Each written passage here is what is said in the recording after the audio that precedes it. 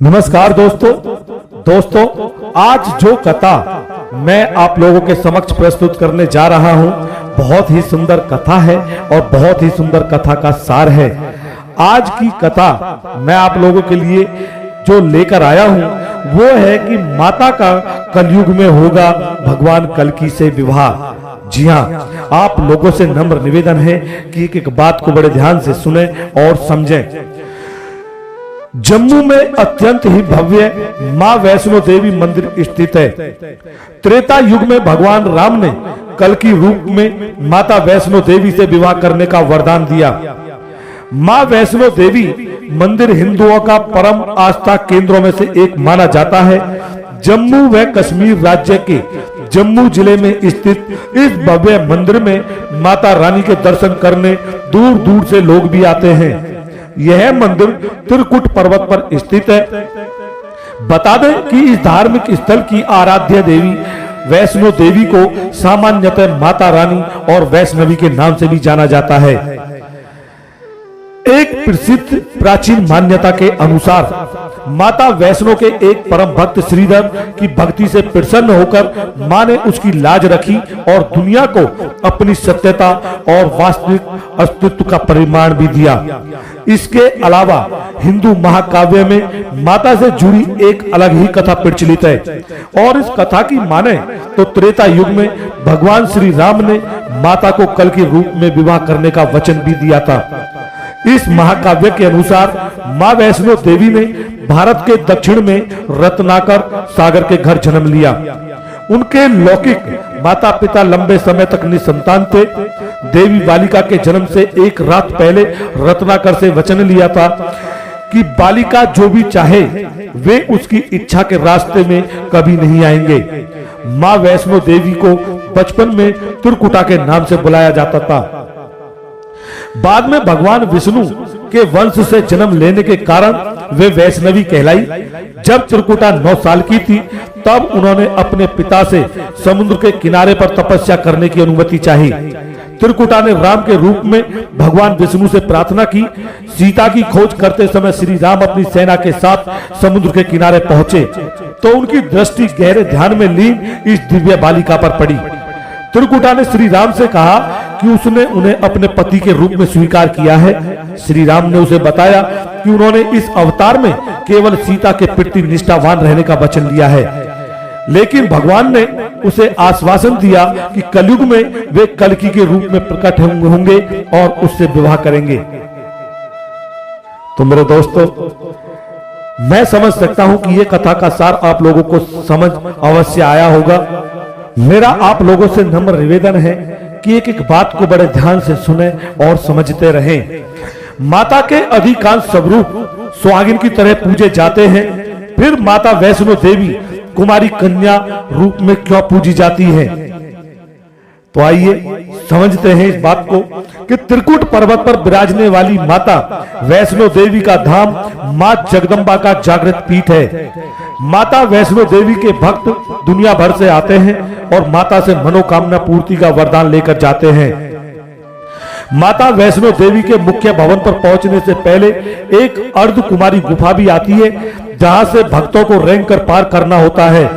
कहते हैं कि माता वैष्णो देवी के भक्तों के लिए यदि हर बार संभव न हो तो कम से भी कम एक बार तो अर्ध कुमारी गर्भ गुफा से पार जरूर कर लेना चाहिए। धूमावती माता और एकाध अन्य माता के स्वरूपों को छोड़ दें तो मां जगदम्बा ज्यादातर जगह सुहागिन रूप में ही पूजी जाती हैं। माता वैष्णो देवी में सिंदूर चढ़ता है, सुहाग का आशीर्वाद भी मिलता है, परंतु माता कुंवारी रूप में है। माता वैष्णो के भक्तों को यह जानने की इच्छा जरूर होगी कि ऐसा क्यों है। इसके पीछे एक पौराणिक कथा आती है, वह हम आपको अवश्य बताएंगे। आप सभी माता भक्तों से विनती है कि अगर आप लोगों को ये बातें समझ आए, अच्छी लगे, तो घर में रहने वाली माता बहनों को अवश्य इन कथाओं को सुनाएं, अवश्य समझाएं। बात कुछ यूं इस प्रकार है कि त्रेता युग की बात है। दक्षिण भारत के रामेश्वरम में समुद्र तट पर एक सुंदर गांव था। रत्नाकर पंडित यहीं रहते थे। रत्नाकर भगवान शिवजी और मां आदि शक्ति के बड़े भक्त थे। गांव शहर में रत्नाकर का मान तो बहुत था, पर उनके कोई संतान नहीं थी। रत्नाकर की पत्नी हमेशा मां आदि शक्ति से संतान की गुहार लगाती रहती थी। उन्होंने लगातार कई वर्षों तक मां की पूजा अर्चना की। कई सालों से संतानहीन रत्नाकर की पत्नी की प्रार्थना एक दिन मां ने सुन ली। वह गर्भवती हुई तो एक रात रत्नाकर के सपने में एक बालिका ने आकर कहा कि मैं तुम्हारे घर आ रही हूं, पर एक शर्त पर। मैं जो कुछ करना चाहूं आप कभी रोकोगे नहीं। पुजारी और सिद्ध पंडित रत्नाकर को यह आभास हो गया कि मां आदि शक्ति के सत्य, रज और तम को दिखाने वाले तीन रूप महासरस्वती, महालक्ष्मी और महादुर्गा ने मिलकर इस कन्या का रूप लिया है। नियत समय पर इस दिव्य कन्या का जन्म हुआ। रत्नाकर को यह भी पता चल गया था कि यह कन्या मां आदि शक्ति ने धर्म की रक्षा के लिए ही प्रकट की है। रत्नाकर उसी भाव से कन्या का लालन पालन करने लगे। तो मेरे दोस्तों, आप लोगों से निवेदन है कि एक एक बात को बड़े ध्यान से सुने और समझें। तीनों महाशक्तियों के मिलन के उस स्वरूप को उन्होंने त्रिकुटा नाम दिया। त्रिकुटा का स्वभाव जन्म से ही अनूठा था। बचपन से ही वह पूजा पाठ और धार्मिक कार्यक्रम को देखकर प्रसन्न होती। अभी 10वां साल शुरू भी नहीं हुआ था कि त्रिकुटा को यह पता चल गया कि भगवान विष्णु ने भगवान श्री राम के रूप में धरती पर अवतार ले लिया है। त्रिकुटा ने यह व्रत ले लिया कि वह भगवान श्री राम से विवाह करेंगी, अन्यथा आजीवन अविवाहित रहेंगी। त्रिकुटा ने अपने पिता से कहा कि वह रामेश्वरम के तट पर रहकर तपस्या करना चाहती हैं। शर्त के मुताबिक रत्नाकर ने उसे नहीं रोका। 10 वर्ष की उम्र में ही त्रिकुटा एक कुटी बनाकर समुद्र किनारे रहने लगी। वह भगवान श्री राम को पति मानकर उनको पाने के लिए कठोर तप करने लगी। इसी तरह घोर तप करते करते त्रिकुटा को बहुत वर्ष बीत गए। सीता हरण के बाद भगवान श्री राम लक्ष्मण के साथ दल बल लेकर सीता की खोज करते हुए रामेश्वरम पहुंचे। श्री राम को पुल बांधने तक यहाँ ठहरना था। भगवान एक दिन विचरण कर रहे थे, तभी समुद्र तट पर एक तेजस्विनी ध्यान मग्न कन्या को देख बहुत चकित हुए। उस कन्या के ओज और आभा से वह स्थान अलग ही रोशनी से प्रकाशित हो रहा था। भगवान श्री राम कौतूहलवश उस कन्या के तपोस्थल तक पहुंचे। प्रभु ने उस कन्या से पूछा कि तुम कौन हो देवी, और इतनी कम उम्र में इतना कठोर तप क्यों कर रही हो? ऐसी क्या अभिलाषा है जिसके लिए ऐसा घोर तप करने को विवश हो?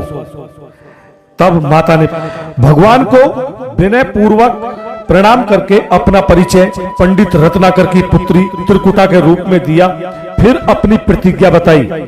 त्रिकुटा जान गई थी कि उनके सामने साक्षात भगवान श्री राम ही खड़े हैं, इसीलिए उन्होंने निवेदन किया कि आप मुझे पत्नी के रूप में स्वीकार कर लें। इस पर भगवान श्री राम ने कहा कि यह संभव नहीं है। मैं एक पत्नी के रहते दूसरी पत्नी को कैसे स्वीकार कर लूं? मैं एक पत्नी रहने के संकल्प में बंधा हूं। अपनी पत्नी के अपहरणकर्ता को दंड देने के लिए यहां तक सेना सहित आया हूं। त्रिकुटा को यह वचन सुनकर आघात पहुंचा। उन्होंने अपने कठोर तप का वास्ता दिया और भगवान से विवाह करने की पुनः याचना की। त्रिकुटा ने कहा, प्रभु, क्या मेरा यह तप व्यर्थ गया? मेरे तप में वह शक्ति नहीं है कि मैं आपको प्राप्त कर सकूं। मेरा तप अभी कम है, तो मैं इसे और कठोर से कठोर तप करूंगी और तब तक जारी रखूंगी जब तक मेरी अभिलाषाएं पूरी नहीं हो जाती। भगवान श्री राम ने कहा कि जब मैं सीता का पता लगाकर लौटूंगा तब तुम्हारे पास आऊंगा। यदि तुम मुझे पहचान लोगी तो मैं तुम्हारी इस बात पर सही निर्णय करूंगा। त्रिकुटा को इस बात से बड़ी प्रसन्नता हुई कि उनका तप सफल है। भगवान ने उन्हें अपने वरण का एक आश्वासन दिया है। अब उन्हें अपने स्वामी की परीक्षा में उत्तीर्ण होना है। इस प्रसन्नता के भाव से भरकर त्रिकुटा का उत्साह और बढ़ गया। उन्होंने और कठिन तप करना आरंभ किया। उनके तप का प्रभाव ऐसा था कि उनकी कुटी के आसपास का पूरा क्षेत्र एक अलग प्रकाश से प्रकाशित होता था। भगवान श्री राम ने रावण के साथ युद्ध कर उसे हराया। विभीषण को लंका का राजा बनाकर अपनी पत्नी, भाई और समस्त सेना के साथ वह अपने नगर को लौटने लगे। प्रभु लंका विजय के बाद पुष्पक विमान पर सवार होकर लौट रहे थे। उन्हें त्रिकुटा को दिया अपना वचन भी पूरा करना था। रामेश्वरम के तट पर पहुंचते ही भगवान ने विमान को रुकवा दिया। सभी कौतूहल में पड़ गए तो प्रभु ने उन्हें कुछ पल की प्रतीक्षा करने को कहा। उसके बाद वह अकेले ही चल पड़े। सारी सेना भगवान की आज्ञा के अनुसार वहीं ठहरकर उनकी प्रतीक्षा करने लगी।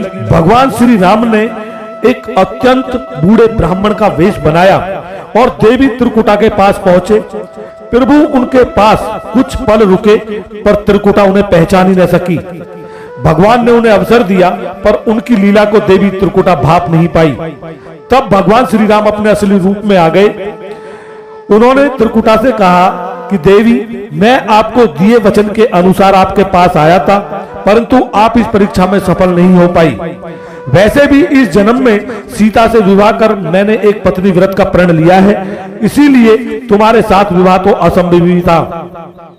अब देवी त्रिकुटा कुछ निराश हो गई। भगवान ने उनकी मनोस्थिति समझ ली और मधुर वचन में बोले। भगवान ने कहा कि आपको निराश होने की आवश्यकता नहीं है, आपका संकल्प पक्का है, इसीलिए मैं इसे खाली नहीं जाने दूंगा। इस युग में मैं व्रतधारी होने के कारण विवश हूं।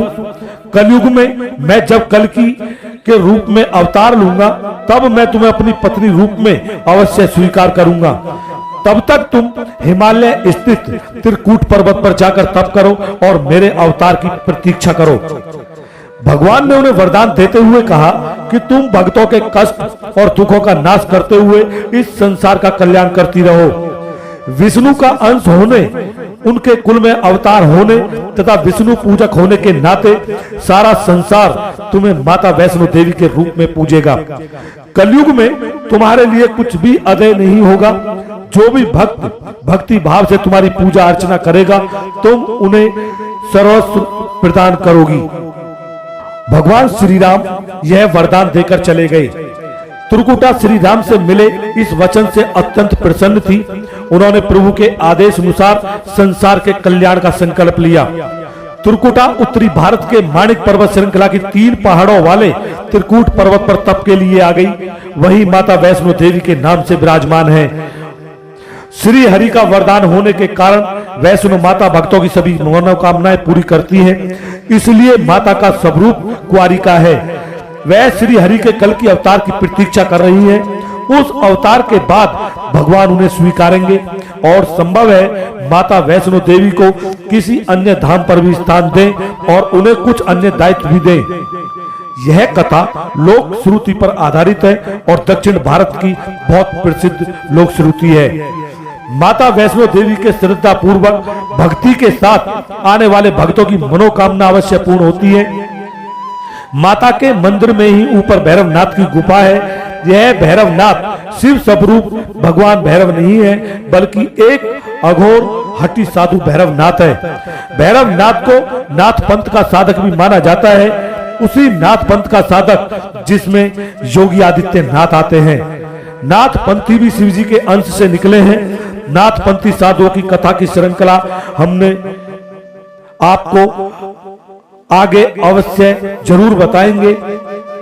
आज के लिए इतना ही पर्याप्त है और मैं आप लोगों से नम्र निवेदन करता हूं कि आपको इसमें यह रहस्य भी अवश्य समझ आया होगा कि माता का कुंवारी रूप क्यों है। तो मैं आशा करता हूं कि आप लोग इन्हें सुनेंगे, समझेंगे और आगे जरूर बढ़ाएंगे। इसी आशा के साथ मैं अपने शब्दों को पुनः विराम दे रहा हूं। जय माता की, जय माता की, जय माता की।